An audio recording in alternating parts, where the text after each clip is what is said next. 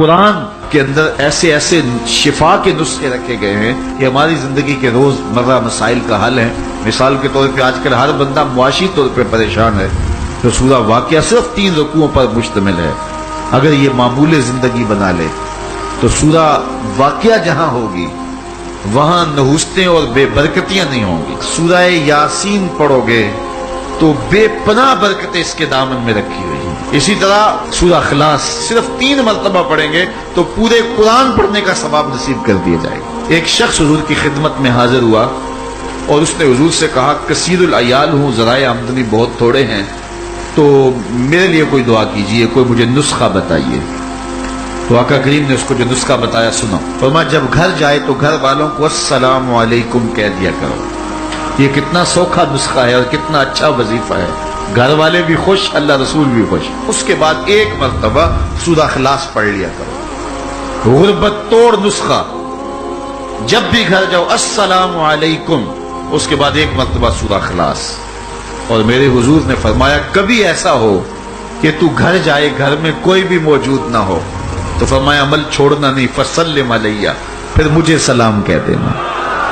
وہ اپنے نام لیواؤں کو تنہا چھوڑتے کب ہیں، جہاں ہم دم نہ ہو کوئی وہاں سرکار ہوتے۔ وہ کہتے ہیں میں عمل شروع کر دیا، گھر جاتا السلام علیکم، اس کے بعد السلام علیکم کے بعد میں سورہ اخلاص 1 بار پڑھ دیتا۔ اس عمل کی برکت سے میں نے تو امیر ہونا ہی ہونا تھا، میرے ہمسائے بھی امیر ہو گئے، میرے ہمسائے بھی امیر ہو گئے۔ تو قرآن کو اپنی زندگی میں بسا لو، قرآن کو شامل کر لو، دنیا بھی سنورے گی، قبر بھی سنورے گی، نزا کا عالم بھی سنورے گا، حشر میں بھی اجالے ہوں کہ جنت کی بہاریں بھی نصیب ہوں اور رسول اللہ کا ساتھ نصیب ہوگا۔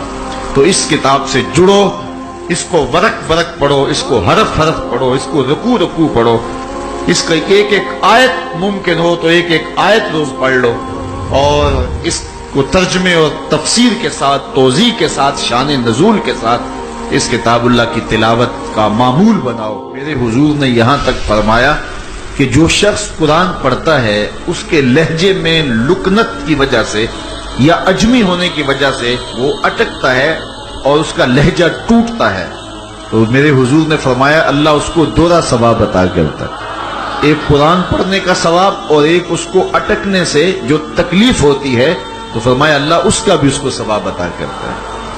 اور فرمایا یہ وہ پاکیزہ کتاب ہے کہ اگر تمہارا رب سے باتیں کرنے کو جی چاہے تو قرآن کھول کے بیٹھ جاؤ، یہ رب سے ہم کلام ہونا ہے، یہ اپنے رب سے گفتگو کرنی ہے۔ میرے حضور نے فرمایا کہ قرآن اللہ کی وہ لٹکتی ہوئی رسی ہے جس کا ایک سرا تمہارے ہاتھ میں ہے، دوسرا سرا تمہارے رب کے ہاتھ میں۔ تو خوش نصیب ہیں وہ لوگ جو اس کتاب کے ساتھ جڑ جاتے ہیں، اور وہ دھرتی، وہ مقام، وہ جگہیں فیروز بخت ہیں کہ جہاں قرآن مجید کی تلاوت ہوتی ہے۔ گھروں کو قبرستان نہ بناؤ، گھروں میں نوافل ادا کرو اور قرآن مجید کی تلاوت سے اپنے گھروں کو آباد کرو۔ اگر گھر میں روزانہ کی بنیاد پہ قرآن مجید کی تلاوت کا معمول بن جائے تو پھر کوئی جن، کوئی بھوت، کوئی آسیب اور کوئی بدروح آپ کو تنگ نہیں کر سکتی۔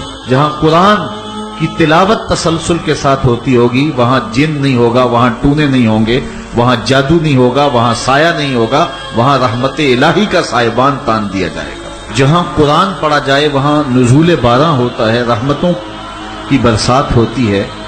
اور پھر اگر یہ جگہ اللہ کا گھر ہو، مسجد ہو، تو پھر تو دوہری برکت ہو جائے گی نا۔